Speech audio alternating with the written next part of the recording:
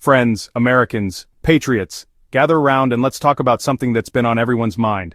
Remember when Donald Trump promised to make America great again? It was a slogan that resonated with many, sparking a movement that took the country by storm.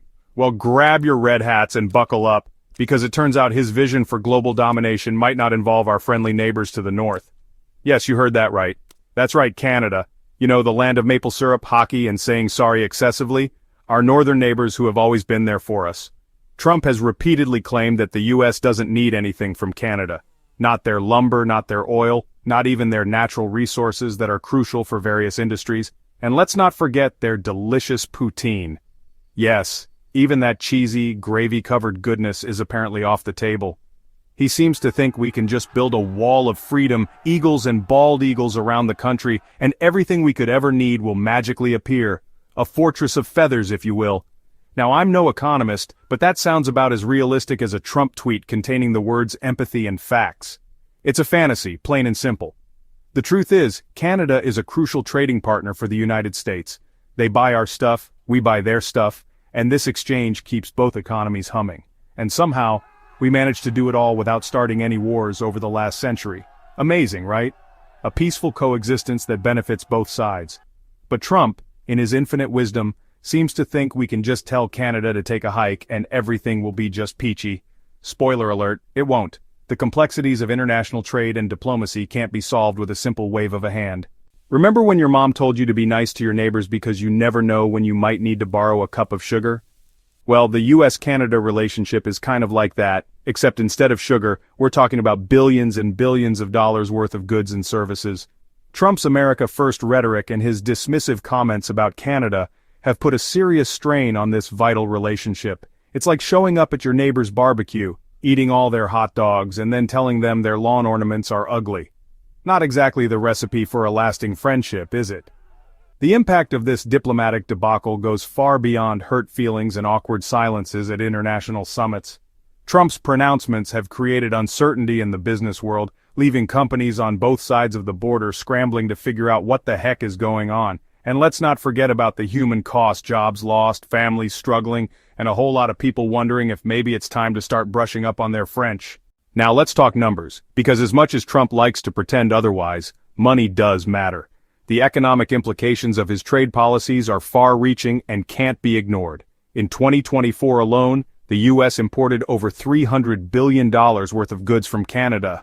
This isn't just a number, it's a lifeline for many American businesses and consumers. That's more than we import from any other country, folks. Canada is our top trading partner, and this relationship is crucial for both economies. And what are we getting for all that dough? It's not just about the volume, it's about the value and variety of goods. Well, there's the obvious stuff like oil and lumber, which are essential for our energy and construction sectors. But we're also talking about vital components for our manufacturing sector like car parts and machinery. These imports keep our factories running and our workers employed. And before you start thinking this is just a one-way street, let's not forget that the U.S. exported roughly $280 billion worth of goods to Canada in 2024.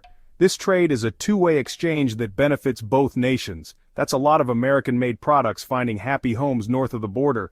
From agricultural products to high-tech gadgets, our exports are diverse and in demand. So when Trump starts talking about how the U.S. doesn't need Canada, he's ignoring the facts and the benefits of this trade relationship. He's basically saying he wants to throw a wrench into one of the most successful economic partnerships in the world. And for what? To score a few political points and appease his base? It's a risky move that could have serious repercussions for both countries. To score a few political points and appease his base? It's enough to make your head spin faster than a hockey puck on ice. The stakes are high and the potential fallout is enormous. Fast forward to May 2025. A time when the political landscape was as unpredictable as ever. Trump, never one to miss an opportunity to stir the pot, invited newly elected Canadian Prime Minister Mark Carney to the White House. The invitation itself was a spectacle, filled with the usual pomp and circumstance.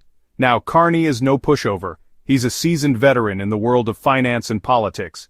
This is the man who, as Governor of the Bank of England, steered the UK through the choppy waters of Brexit. His experience in navigating economic crises is unparalleled. He's got a cool head, a sharp mind, and a charmingly dry wit that could cut through steel tariffs like a hot knife through butter. His reputation precedes him, making him a formidable opponent in any negotiation. The meeting was like watching a diplomatic chess match with both leaders carefully maneuvering their pieces.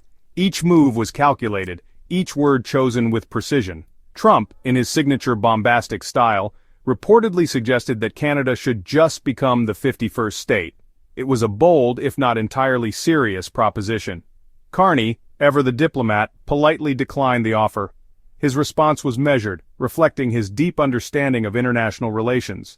Trump then launched into a tirade about how the U.S. subsidizes Canada and provides them with free military protection. His rhetoric was fiery, aiming to put Carney on the defensive.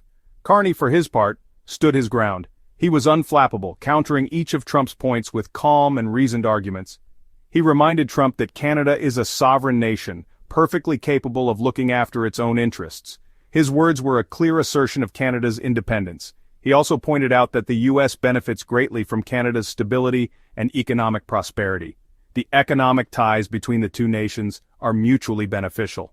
It was a masterclass in diplomatic judo, using Trump's own weight against him. Carney's deft handling of the situation showcased his diplomatic prowess and strategic acumen. Trump, in his infinite wisdom, decided to launch a trade war with Canada, imposing tariffs on things like steel, aluminum, and even cars. The idea apparently was to protect American jobs and force Canada to bend to his will. The reality, however, was far less glamorous.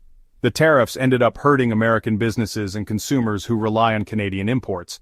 It was like shooting yourself in the foot and then blaming Canada for limping. Meanwhile, in Canada, the tariffs caused anxiety and job losses, particularly in the auto sector. It's almost as if Trump forgot that the U.S. and Canada share a highly integrated supply chain and that disrupting it would have consequences for both sides. Who could have seen that coming? Well, Trump decided NAFTA needed a makeover, so he renegotiated it and rebranded it as the USMCA, the United States-Mexico-Canada Agreement. Now, some argue that the USMCA was just a cosmetic change, a way for Trump to put his own stamp on something that was already working reasonably well. Others saw it as an opportunity to address some of the legitimate concerns that had been raised about NAFTA, such as its impact on labor standards and environmental regulations. Regardless of your stance on the USMCA, one thing is clear: Trump's rhetoric and his willingness to use tariffs as a bargaining chip have created a climate of uncertainty and instability in North American trade relations. And that's not exactly a recipe for economic growth and prosperity. Now, Canada isn't just sitting idly by while Trump throws a temper tantrum on the world stage. They're busy diversifying their trade partnerships, looking for new markets and opportunities beyond the U.S. It's like that old saying, don't put all your eggs in one basket, especially if that basket is currently on fire and being held by a man with questionable impulse control. Canada has been strengthening its ties with the European Union, signing a free trade agreement that's already paying dividends. They're also looking to deepen their relationships with countries in Asia and Latin America. It's a smart move on Canada's part. By reducing their reliance on the U.S., they're not only protecting themselves from future economic shocks, but they're also sending a clear message to Trump. We're not afraid to walk away from a bad deal.